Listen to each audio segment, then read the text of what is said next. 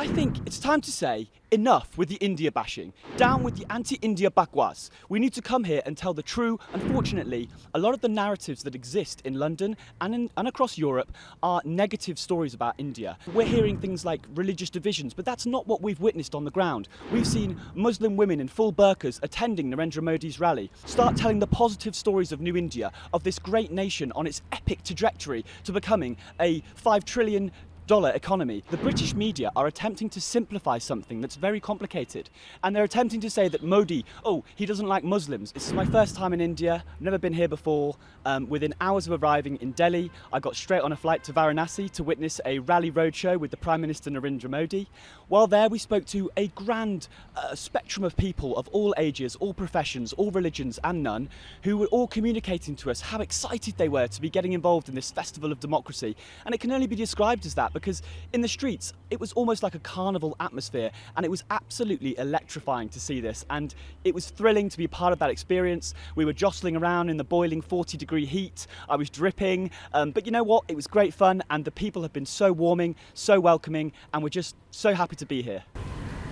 So my second question to you, that how do you see the coverage elections or India in general? Do you think the India in real is different from the picture painted by the West?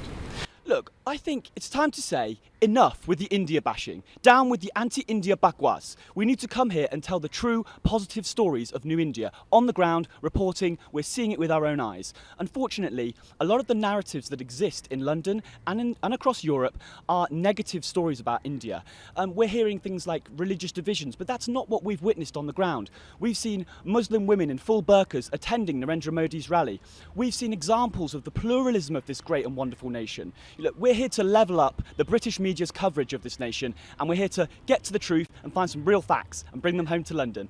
Do you find anyone, your friend, who is writing multiple stories about, anti-India, anti-Prime Minister Modi on field in India? I think so. And look, we were with Shashi Shekhar a couple of days ago, who's a very well-respected Indian broadcaster.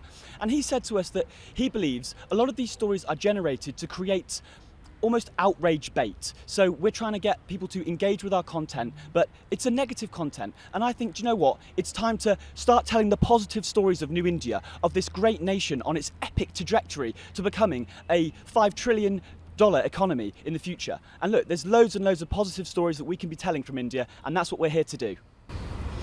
My last question to you, the narrative built about India in the Western media usually seems to be second-hand and fed to their reporters by others with anti-India agenda. How is affecting the perceptions about India in those countries? Unfortunately, the perceptions of India across Europe and the West are not good. And this is because we are being fed negative stories from the press. And it's a shame, because actually people need to come here, see it with their own eyes, live it, breathe it, meet the people, speak to people on the ground, and you will be seeing that, New India, global Britain, we can be a force for good. Together, we have shared culture, shared language, shared heritage and shared history. The future, it's in our hands. Look, what's happening is the British media are attempting to simplify something that's very complicated. And they're attempting to say that Modi, he doesn't like Muslims. But it's not as simple as that, because we're talking about specific illegal immigrants coming from places like Bangladesh and Myanmar, okay?